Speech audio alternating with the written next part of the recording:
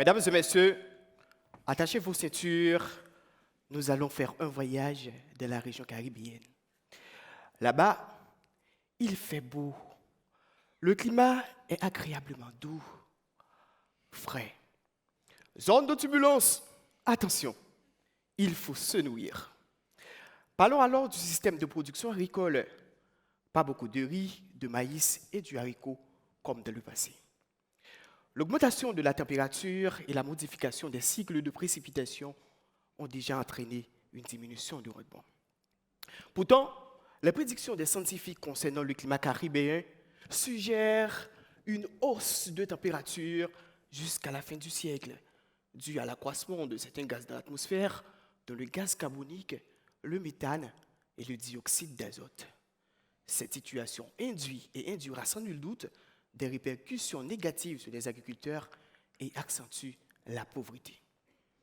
Comme tous les scientifiques ou presque, savez-vous que ceux qui travaillent la terre, les agriculteurs, c'est-à-dire ceux qui me donnent à manger, qui nous donnent, qui vous donnent à manger, ont une bonne perception du changement climatique? Ben oui, ils perçoivent ce changement et ils cultivent. Il semblerait que chaque État insulaire a une spécificité en matière du changement climatique.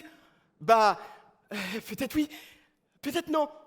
Et c'est à partir de cela que je me suis dit que je dois réaliser une étude sur la région caribéenne, plus précisément sur Haïti et la République dominicaine, deux pays qui partagent un même territoire.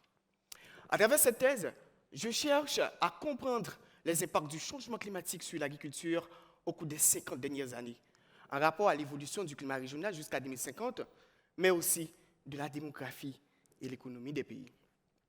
Pour arriver à cela, on envisage une méthode divisée en deux parties. Premièrement, une enquête va être réalisée auprès des agriculteurs sur leur perception, leur vulnérabilité socio-économique ainsi que leur capacité adaptative. Deuxièmement, les données climatiques seront découpées en 3 séries et analysées par des logiciels pour la détection du changement climatique et des modèles pour la représentation de la variation de rendement.